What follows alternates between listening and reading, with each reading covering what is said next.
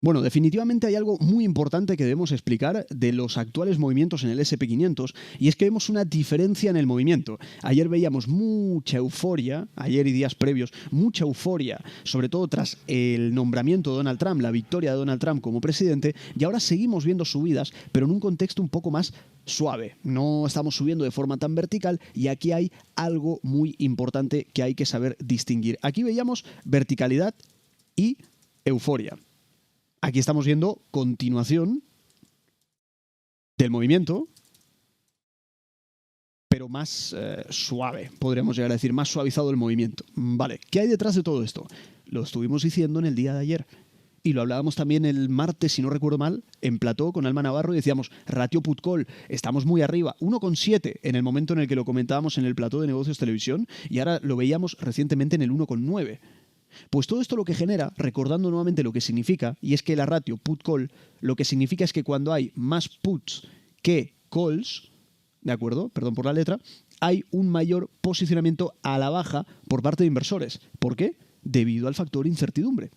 Antes de conocerse el dato de quién ha sido ganador de las elecciones finalmente, el posicionamiento de muchos inversores estaba directamente orientado a la baja. ¿Qué ocurre cuando cambia el contexto en el mercado, cambia el resultado de un acontecimiento clave y mis apuestas a la baja en el mercado las tengo que cerrar? Como ya sabremos, si yo estoy en corto en opciones put, comprando opciones put, y debo cerrar estos contratos porque no se ha cumplido mi previsión de que el mercado podía caer, yo me estaba cubriendo por si caía o lo que sea, para cerrar estos puts, yo tengo que comprar. ¿Y qué tengo que comprar? Calls. ¿De acuerdo? Perdón por la letra, pero bueno. Entonces, este movimiento de cierre de cortos se tiene que llevar a cabo en el mercado con compras. Por lo tanto, por eso hablamos en el título de esta imagen que se genera una demanda sintética tras el cierre de posiciones cortas que amplifican el movimiento de subida. Amplifican el movimiento de subida. ¿Qué veíamos? Un movimiento de subida amplificado. Claro, aquí es donde veníamos a hablar justamente del ratio put-call en 1,9. ¿Se entiende? Cuando cerramos esta cantidad de cortos, se genera la subida tan bestial que hemos estado llevando a cabo, o que se ha estado llevando a cabo en el mercado. Y ahora estamos en un contexto un poco más suave, moderado, en vista de, sobre todo, las políticas fiscales de Donald Trump que podrían llegar a estar favoreciendo el contexto de mercado. ¿Se entiende? No solamente eso, sino que vemos también, por ejemplo, en este caso, ¿de acuerdo? Remontada en el oro. ¿Qué ha ocurrido en el oro? ¿Por qué el oro se desplomó? Y es la pregunta de muchos inversores. ¿Por qué se desplomó el oro ante la victoria de Donald Trump? Pues básicamente porque aquí teníamos un escenario de incertidumbre hasta conocer. Recordemos que veníamos con un empate técnico el fin de semana, parecía que la cosa iba a empatar, pero al final ganó de paliza Donald Trump. Incertidumbre hasta conocer el ganador, o ganadora, ¿no? Finalmente fue Trump, pero bueno. Entonces, cuando el mercado caía de esta manera, como hemos estado viendo recientemente en el mercado, básicamente hacían referencia a que se termina, se acaba, se termina la incertidumbre, porque ya se conoce el ganador. Por eso, el movimiento de caída en el oro, que además lo que estaba ocurriendo y generando era rotación hacia activos de riesgo. Y aquí hablamos equity, es decir, todo lo que serían acciones, Bitcoin, que también está en máximos históricos, etcétera, etcétera. Por lo tanto, el oro pasaba de estar en el oro el inversor a estar en Bitcoin, entre otros activos de riesgo, acciones en general. Y ahora vemos que sigue remontando el oro y vuelve a recuperar. ¿Qué ocurre? ¿Cómo se explica este movimiento? Bueno, ya sabemos que el oro no solo se movía por el factor de incertidumbre de las elecciones, el oro también se estaba moviendo ¿por qué?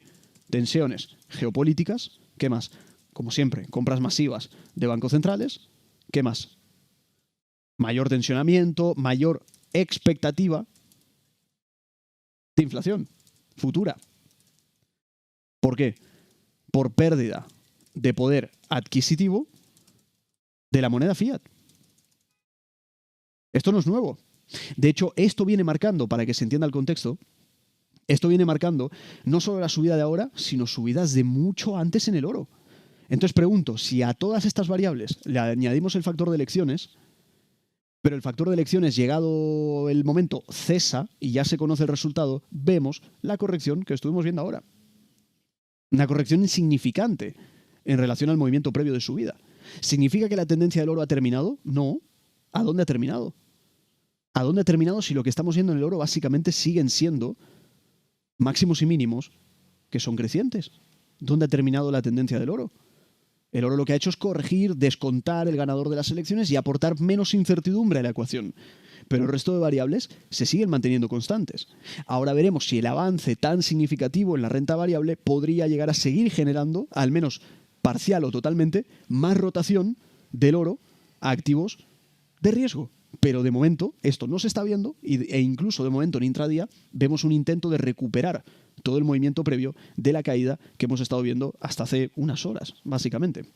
Por lo tanto, muy importante esta serie de factores que ya sabemos que tienden a guiar el rumbo de los mercados en general. Y como decíamos, el S&P subiendo máximos históricos, fijémonos, fuente Bloomberg, y compartía que lo que hemos estado viendo ahora, o ayer mejor dicho, ha sido el mejor día postelectoral de la historia. Y esto se explica muy bien por el grado de disparidad de medidas que tenía cada candidato y que uno podía llegar a favorecer mucho los beneficios por acción y beneficios corporativos de muchas compañías en la renta variable. Y es de hecho lo que se está manifestando. Hoy tenemos Jerome Powell, hoy tenemos decisión de tipos de la Fed y conviene recalcar un poco este insight que compartía en este caso Carson. Y a lo que hace referencia, aquí lo que tenemos que juntar es el S&P cuando está en all-time highs, es decir, en máximos históricos, y la Fed lleva a cabo un recorte de tipos. Vamos a ver en la pantalla gráfico de S&P 500 en escala logarítmica y el signal dates, que sería básicamente momentos en los cuales se llevan a cabo estos recortes. Nos vamos a dar cuenta en la tabla que estamos viendo en la esquina inferior derecha que a 12 meses el resultado es 100% positivo. A un año vista, estando en máximos y la Fed recortando tipos, le aporta un contexto complaciente al mercado, con un promedio de subida de casi el 14% y una media de casi el 10%. Por lo tanto, vemos que en cada momento que nos señala el gráfico, estaba en ese momento el S&P en máximos, se lleva a cabo un recorte de tipos y lo que ocurre a futuro son más subidas, más subidas, más subidas y ahora estamos aquí, más subidas. Por lo tanto, tengamos en cuenta esto hoy de cara a Jerome Powell. Importante todo lo que está ocurriendo también con el sector bancario. Lo que estamos viendo aquí es el sector bancario, el índice del sector bancario relativo al S&P 500. Es como una ratio que se genera.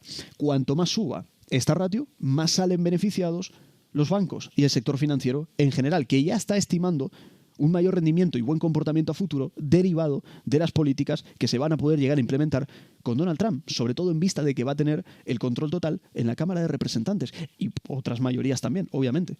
Por lo tanto, a priori se estima que no habrá casi impedimentos en que se lleven a cabo según qué políticas fiscales que el mercado está interpretando como positivas de cara a la renta variable. Por lo tanto, es algo interesante todo el contexto que se está viendo en el mercado. Petróleo también es un factor fundamental y lo que vemos es que vuelve a subir mucho la volatilidad a 30 días, tanto para el Brent, la referencia europea, como el West Texas, la referencia en Estados Unidos. Ambos a 30 días vemos que la volatilidad sigue aumentando. Y es que ahora habrá que ver qué medidas toma Donald Trump al respecto de la política energética. En materia energética, básicamente, ya sabemos que pretende impulsar mucho más combustibles fósiles, quitar restricciones y dar más apoyo a las energías convencionales frente a las energías verdes que planteaba en este caso Kamala Harris. ¿Cómo lo descuenta el crudo? Con volatilidad, básicamente, con más volatilidad. Y a todo esto habrá que prestar atención, sobre todo mes de diciembre, al comunicado de la OPEP de ese recorte de producción, o aumento, mejor dicho, de producción, que han postergado, que se tenía en vista que sería justamente para ahora, pero lo postergan de cara al mes de diciembre. Veremos cómo responde a la OPEP este efecto de Donald Trump. Sin duda habrá mucha volatilidad. Y por terminar, la cápsula breve del día de hoy. Hoy lo hemos dicho, hoy tenemos, pues evidentemente, reunión del FOMC, decisión de tipos. A priori se espera que no van a dar un gran mensaje, es decir, hoy no se presenta el cuadro macro, hoy no se presenta el diagrama de puntos, pero las preguntas será en donde va a estar mirando el mercado. Porque el mercado ya descuenta con casi un 100% de probabilidad que habrá un recorte de tipos. Sin embargo, lo que el mercado todavía no acaba de descontar son las preguntas que le vayan a hacer a Jerome Powell en la rueda de prensa, que es probable que los periodistas lo orienten a lo que hemos estado viendo estos días. ¿A qué me refiero? A los aumentos significativos, no solamente en el dólar, que es contraintuitivo porque se aproxima, bueno, ya está cayendo, pero se aproxima un recorte de tipos y el dólar lo único que ha estado haciendo los últimos días es subir. Es subir. ¿Cómo sube el dólar en un contexto de recorte de tipos? Y es que los bonos, que recordemos que es un mercado 3-4 veces más grande que el mercado de acciones, no ha parado de subir. El 10 años, el 2 años, el 30 años, no han parado de subir. Porque lo que descuentan, como hemos dicho en muchos vídeos en Negocios Televisión, es un mayor aumento de las expectativas de inflación de cara a futuro, pudiendo llevar a la Reserva Federal a que recorten tipos de forma forzosa de aquí a un tiempo, no ahora, no de forma inmediata. Obviamente, la inflación a priori está encaminándose al objetivo. Pero sin duda es algo que el mercado descuenta y es algo que hoy Powell tendrá que hacer frente en esas preguntas. Por lo tanto, de ahí puede llegar a venir la volatilidad hoy justamente en el mercado. Fijémonos en la siguiente imagen que la compartía Bloomberg y la hemos titulado La excepción de Trump, la ruptura en la tradición de continuidad en la Fed. ¿A qué me refiero? Estos han sido los distintos presidentes desde el año 70, con Carter pasando por Volcker hasta Jerome Powell en la actualidad. ¿Qué hemos estado viendo? Vamos a mirar la leyenda de aquí y nos vamos a dar cuenta que los puntos amarillos son cuando salen reelegidos nuevamente o los vuelven a, los vuelven a dejar en el cargo, básicamente, no los cambian. Pero vimos que Trump, en la era Trump, cuando estaba Janet Yellen, la sacó. Y en este caso puso a Powell, que fue, permaneció en su lugar en la era Biden. Pero muy atentos ahora, porque vuelve la era Trump y ya hemos visto que Trump a veces ha llevado a cabo algún comentario contra Powell de que no le gusta. Así que bueno, veremos qué es lo que ocurre finalmente, porque hemos visto declaraciones muy cambiantes por parte de Trump. Decía que lo iba a quitar, luego decía que lo iba a dejar, veremos. Pero, como comentamos en el primer párrafo, normalmente los presidentes prefieren mantener al mismo jefe de la Fed para dar estabilidad. Pero sabemos que a Trump le da igual.